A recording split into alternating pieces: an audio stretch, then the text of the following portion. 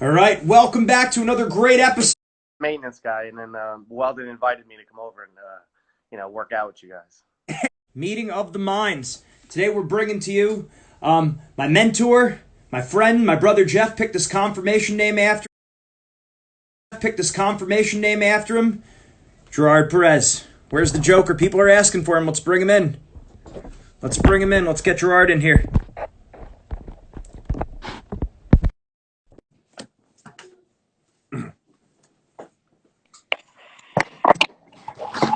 Mr. Joker with the long hair. Meeting of the Mind. What's going on? Good. How you doing? Good. Sammy Henson's watching. Just had him on before. Nice. Cool. Yeah.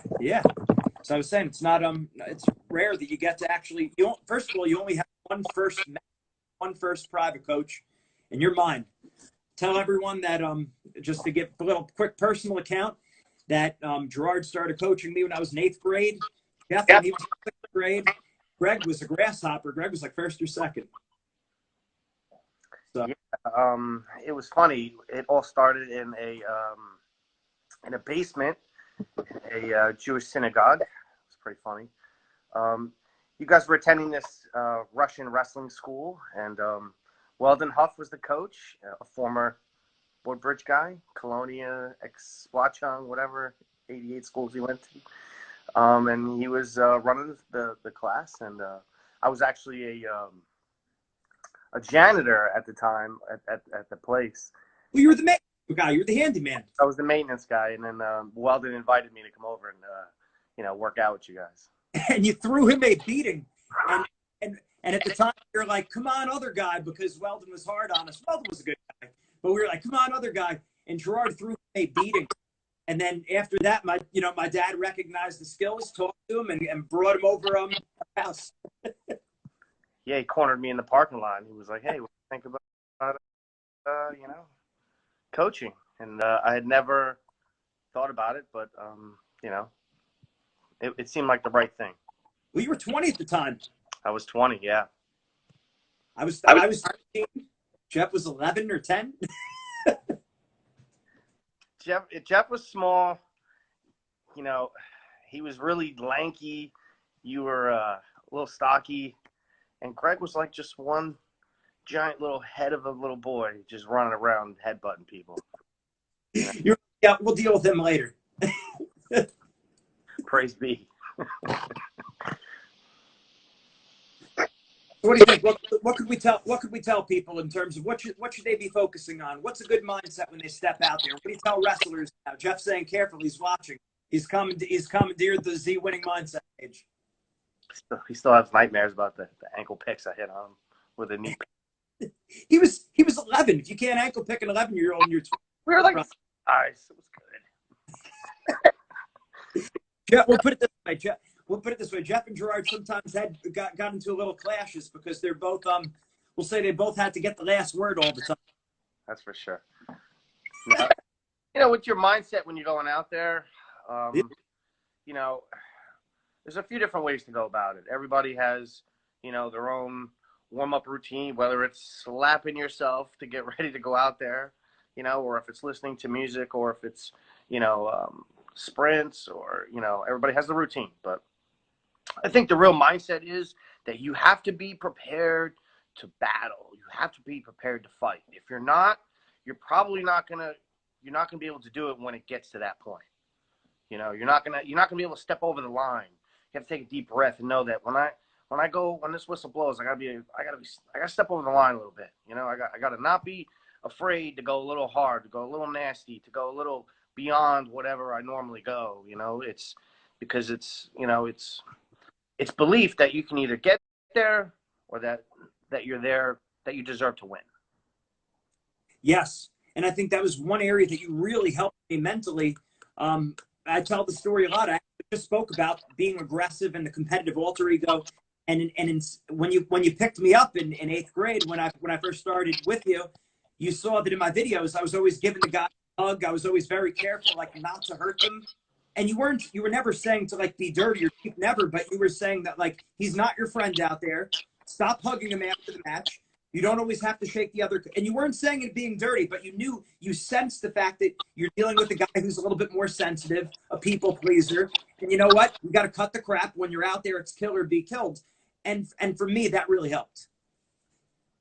You know, that's something that, you know, you can't always, you know, not everybody has the same, let's say, motor or level, or, you know, like some people say, well, you go out there, you're so amped up, you know.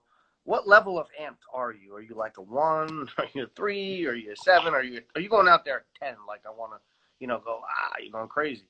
You know, you kind of have to find a happy medium of tempo. I call it like idle speed. You know, I got to be able to wrestle at an idle speed and then burst when I need to, you know, step on the gas, whether it's to shoot, to finish, you know, to execute, to defend, you know, to reposition.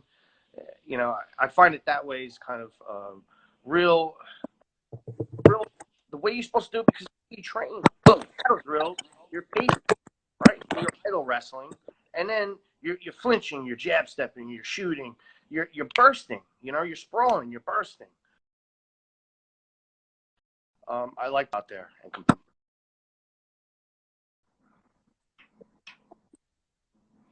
Yeah, no, that's big. The other thing I think about, once I see it and I start thinking about stories, then it really starts going in my head of what we could talk about. I think about now during this whole quarantine, where some people have a sibling or a parent to wrestle with, and they don't have a wrestling mat. I think about how many of our workouts were on our basketball court, our driveway. How many of our workouts were on the grass? And it just wasn't. We didn't need the wrestling mat. There was other ways we could get better. And so I guess I just think while we're in this whole COVID-19 thing, just having people understand that you can get better and you don't need a wrestling mat. Also, I should add, if you watch the videos on YouTube, the Russian Greco-Roman team, they're on a baseball field or something else. They're not on a mat, a lot of them. Right. You know, if it all adds up, no matter what the training is, because you're investing in yourself.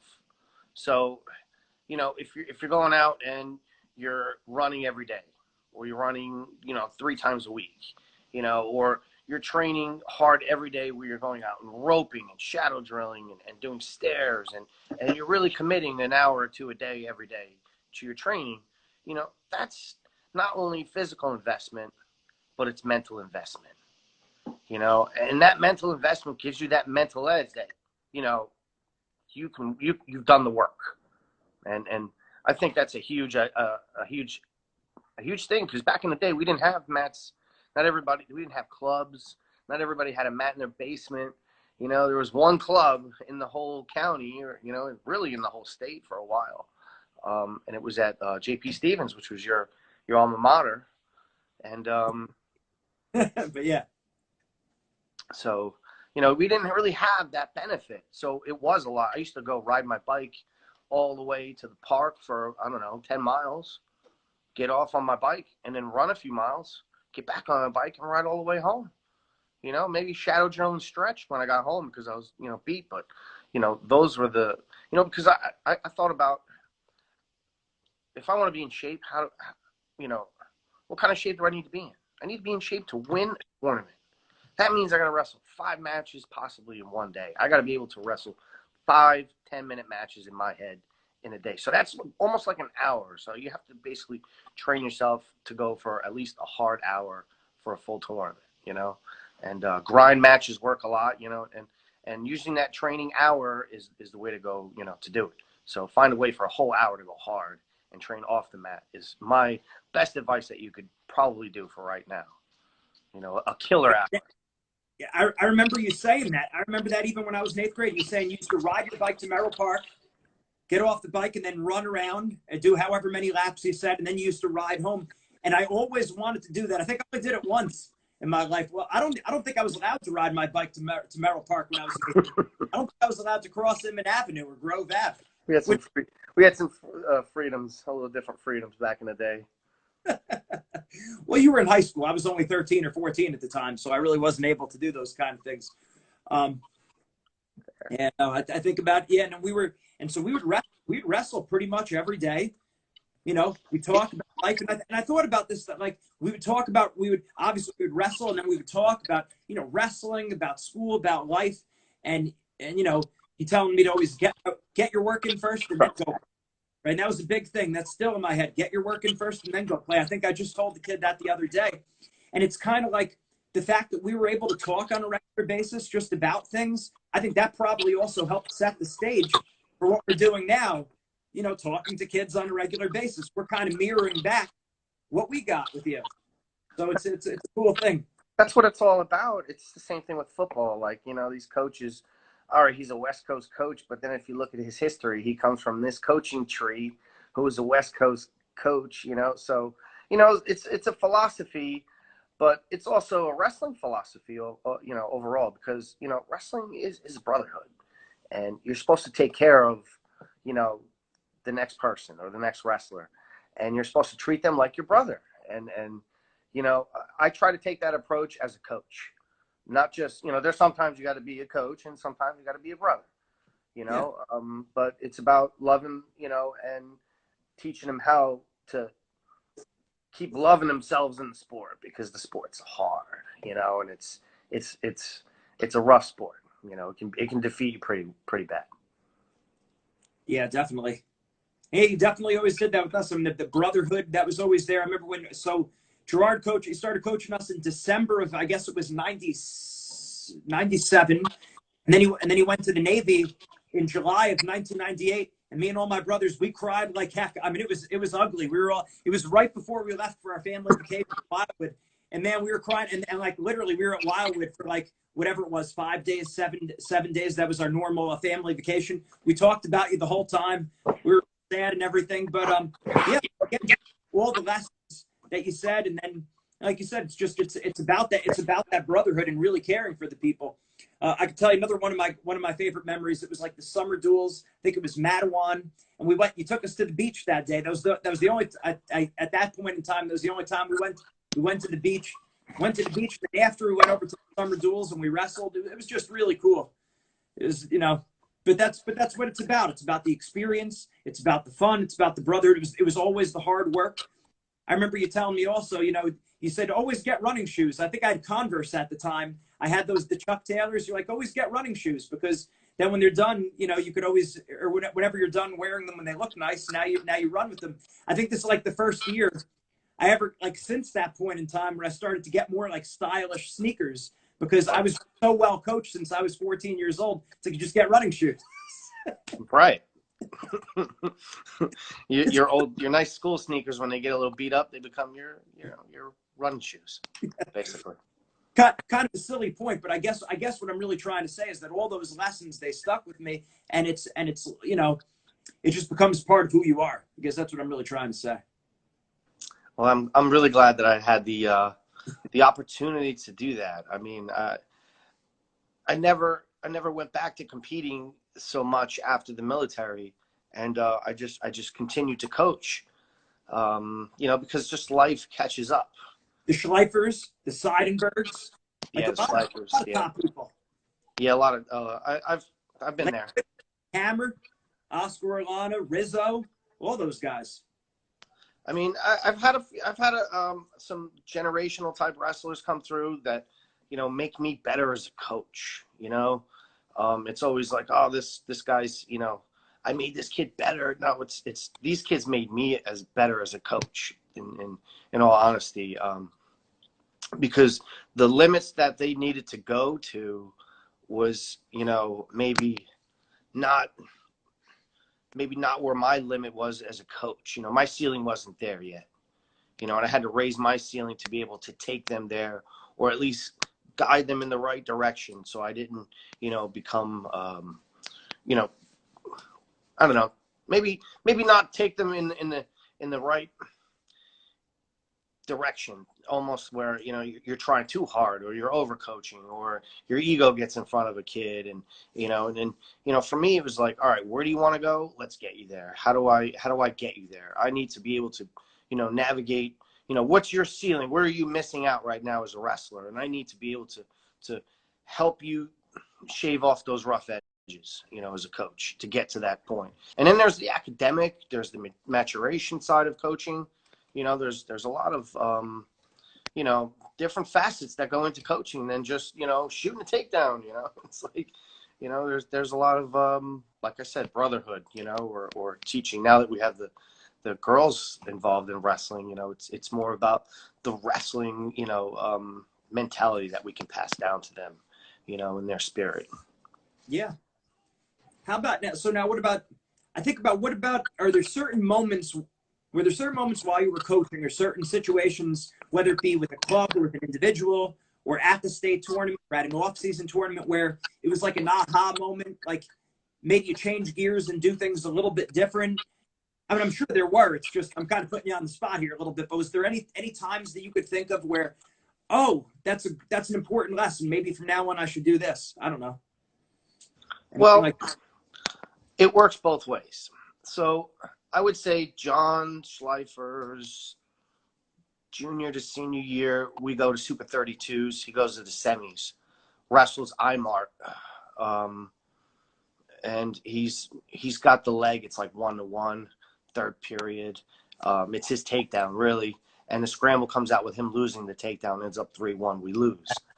But that taught me, you know, that he could go to a level that maybe wasn't his ceiling. Maybe his ceiling raised throughout that match, throughout that tournament. And then, you know, seeing where we missed out on technique made me change up what I do a little bit, you know. And then, you know, if you look at, like, say, how you lose. Let's say this guy bullies you around the mat a little bit, or just his presence or his pressure just pushes you, maybe not physically, but the energy, you know, pushes you around the mat a little bit. You know, how do you sustain that? You know, how do you counter that? How do you footwork that on guys that don't have footwork? You know, so then you have to start thinking about, you know, how do I slow that guy down? You know, and so something like that, when you wrestle a higher level guy, when your high level guy wrestles another high level guy, you kind of have a good barometer of, you know, where he's at, where he needs to get to, because that's, you know, that's the next level, you know.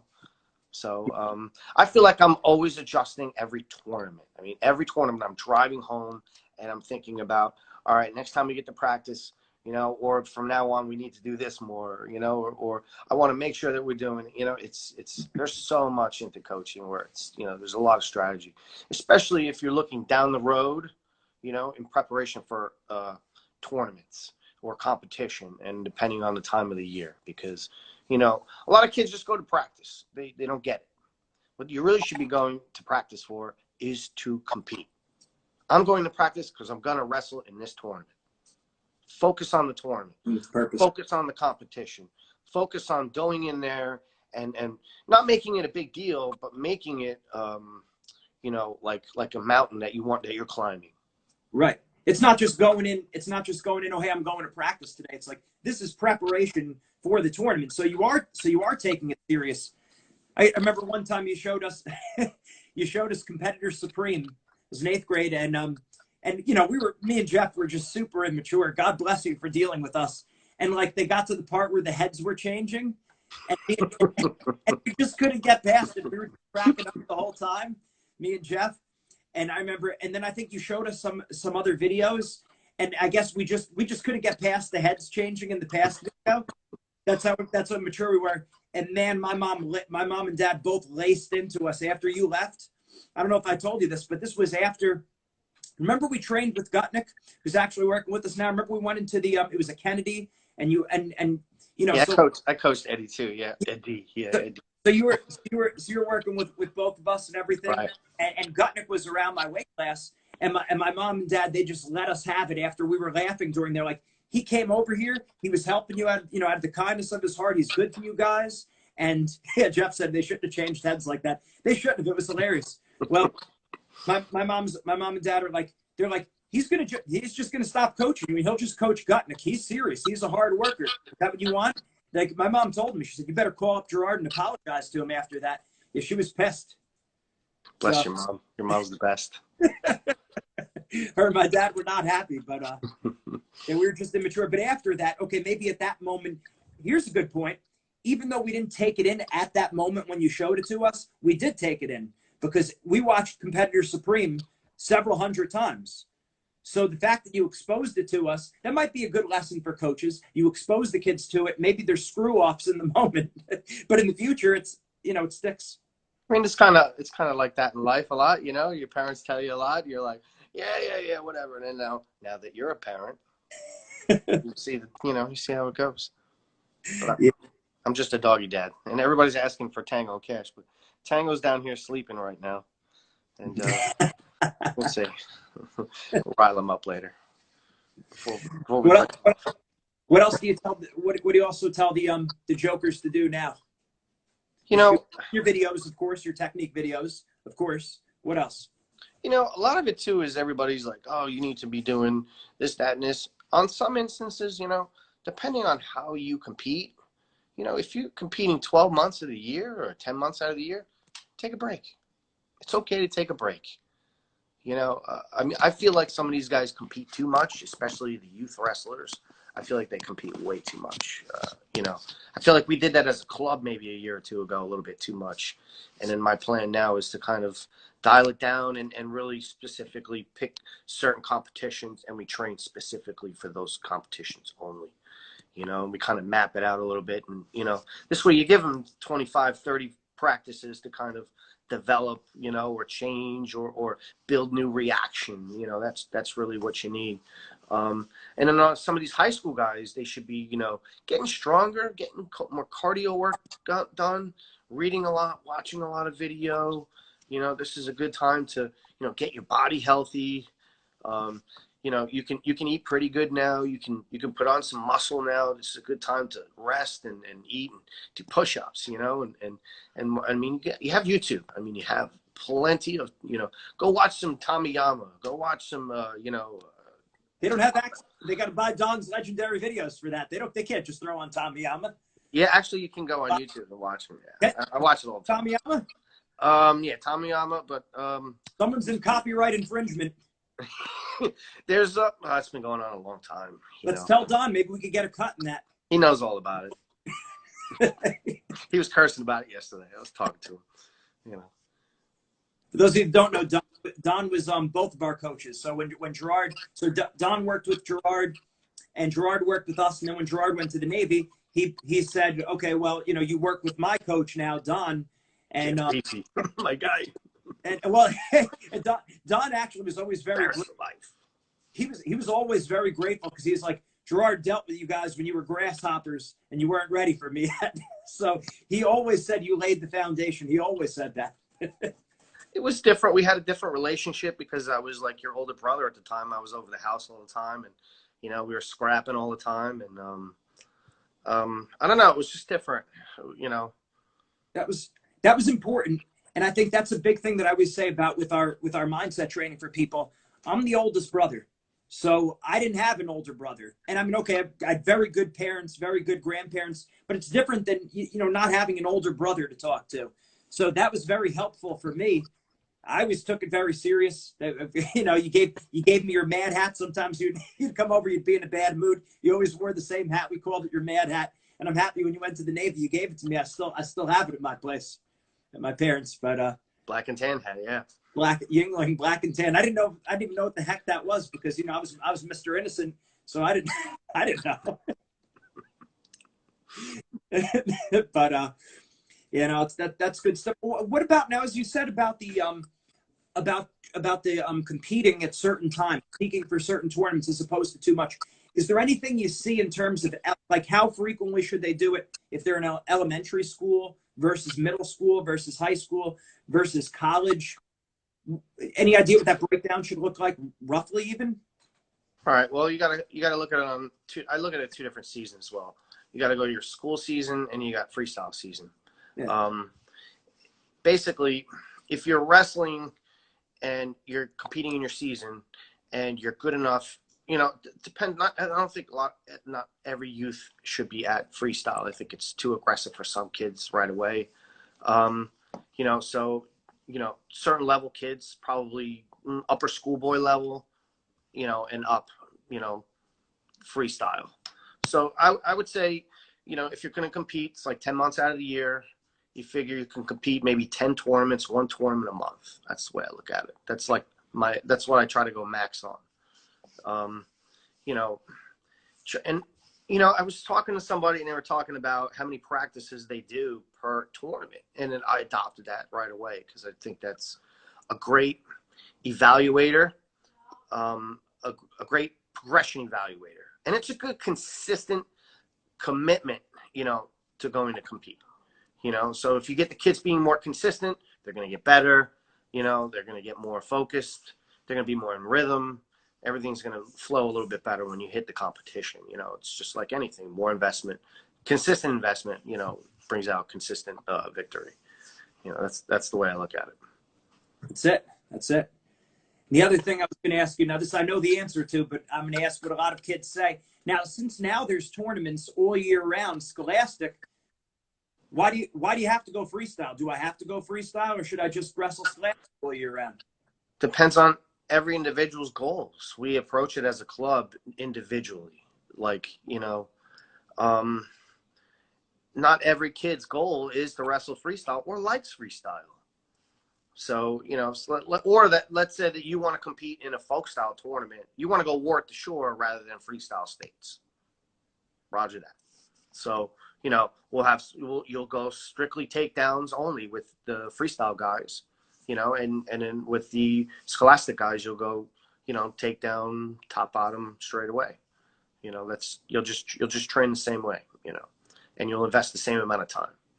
How about Greco? Should they be doing Greco? Because a lot of kids, they just don't touch that. I think Greco is the most undervalued component of wrestling. Totally. We like to do it a lot at the club. I'm a huge, I didn't like Greco when I was competing. And then my coach, Rob Herman, who was the Olympic Greco coach for the 96 and 2000 team. And he, one year I hurt my knee when I was competing. So I really couldn't wrestle freestyle. I couldn't get laced. It was just I had like this really medial knee tear, or this it was pretty bad.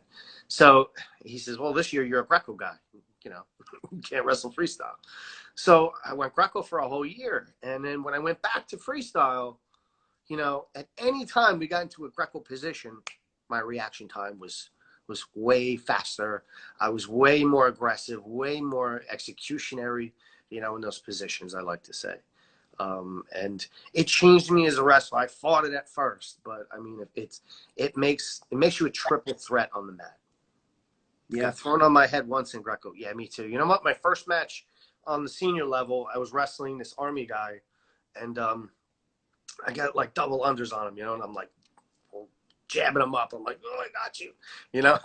He locks under my elbows and just back arches me, and I went like flying. Back then it was like 5, and then you got an extra 1 for like amplitude. So it was like a 6-point throws. It was a good lesson to learn on that one. So you never told us that one. Yeah, that was nice for him. Nice. Yeah, Greco, go Greco for sure. I'm gonna have a lot of Greco clinics when we get back open. Heavyweight Greco type clinics where a lot of upper weight guys can come in and hand fight and learn how to wrestle a little bit more aggressive than just collar tie and sagging, stuff like that. Yeah, no, it's great. That's a big thing in practice. We always did that a lot. It just changes up the parameters a little bit. It works in your coordination, your mat sense. I remember you always saying you have to get more mat time. You have to get that mat sense.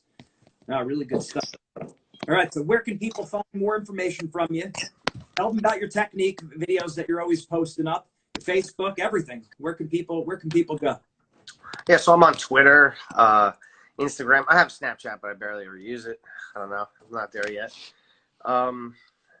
Twitter, Facebook, Instagram, jokerwrestling.com. We'll be putting out a lot of stuff pretty much as soon as we start getting the announcements of when we're going to have capabilities of getting back on the mat. And we'll be sending out some new newsletters. We have some new things coming up with the club. We have a bunch of new projects coming up. We have some new programs coming up also. We have a girls program we've launched, and we have a few girl members now. and we really want to push, you know, not girls wrestling, but wrestling, you know, overall with the club, and then having the girls have their own practice, their own sessions, their own teams, you know, and it's not about, you know, the girls wrestling, it's about wrestling, you know, and they deserve as much opportunity as anybody. And, you know, they really energize me a lot, you know, as a coach when these new students come in and they're bright-eyed and they want to learn. I mean, that's nothing more energizing and motivating to a coach than someone that wants to learn. You want to get good and motivate a coach, you know, be a pest. You know, anybody that says, "Coach, show me this," I will never not show you. You know, I will never be like, "Oh, I'm tired." You know, I'm like, "Oh yeah, sure, no problem." You know, because you showing that coach that you want to learn shows me that, you know, that hunger makes me want to teach you more. You know, and invest more into you if you want to invest more into me. And that's what the coaching wrestler, you know, thing kind of goes back and forth for sure. That's it, Coach. I want to learn wrestling, and I want to have a great time while doing it. Say no more. Meet our newest wild card. I love it. I think that's great. I think it's great branding. Obviously, us both being huge Notre Dame fans, I wanted to make sure I had to play like a champion today. Sign up there. I know. I just wanted to bust your chops a little bit. That's all right. We are coming out with this YouTube thing. You know, this season coming up with the YouTube. We're gonna have a big YouTube thing. We're gonna have a YouTube show, actually. So we're going to have technique on there. We're going to have a YouTube show, like a weekly Joker show. It's going to have skits. It's going to have comedy. It's going to have a little podcast, a little wrestling talk, you know, a little smack talk, you know. But yeah, sure. It's going to, and then, you know, we're going to have Wild Card of the Week on the show, you know, a lot of different programs. One of the wrestlers from the club will get to come on the show and do like their own little thing, you know. So a lot of cool things. We try to have fun with the sport, you know, and with the club, and we're trying to expand not just the club but the sport overall, and try to grow it like where everybody's more communal, you know, the coaches, the clubs, you know. I think we need to be that way more as a sport, because you know, everybody, and it's a combat sport, and there's a lot of egos, and there's a lot of, you know, there's a lot of what do they call, you know, rivalness. But I think we should all put that aside, seeing how, you know, this kind of pandemic shapes things and puts things in a little bit different of a scope or perspective, you know, and saying, hey, the social distancing could be, you know, a little suspect or a little bit hard for our sport to recover right away, you know, and I think we need to come together a little bit more now as a, you know, as a group more than ever, and, you know, help this sport go into the next, because it's never been better. It's never been more popular. I mean, you watching the competition. I mean, they've never been so good. I mean, to watch Dake and Taylor and you know, the GOAT, Mr. Burrows over there, murking these dudes. It's a beautiful thing to watch, and just to see the progression of a lot of the youth wrestlers now, where these kids are doing amazing technique at young ages, where, you know, it's fun to watch, and sports at a really good place and a really high level right now. And I think, you know, as a group, we all need to, as coaches, come together and, you know, keep festering that growth, you know, keep putting in on that. That's it. That's what we're trying to do with Meeting of the Minds. Bring some of the greats together, talk. You know, again, we're always looking at it as a family thing, and you always epitomize that with us. Oh, Jeff asked, where are you located, to tell everyone. All right, so Joker Wrestling is located at St. Joseph's High School in Metuchen. And hopefully as soon as this pandemic is over, we'll be back on the mats and marking them and smirking them. You know what I mean? That's it. Well, guys, very rarely do you have a guest on your show that you could genuinely say you love the person. And I love you, Gerard. Thank you for all the help. Our first personal coach, my first mentor. Jeff picked this confirmation name after you. We love you. Can't say enough good things. Go to Joker Wrestling. See all the stuff Gerard's doing. I love the idea of Wild Card of the Week. That spells wow. You go with that. Wow. The wow award. That's a good thing. Right. But I love you. Thanks for being on, Gerard. Love you too. Jeff, I like you.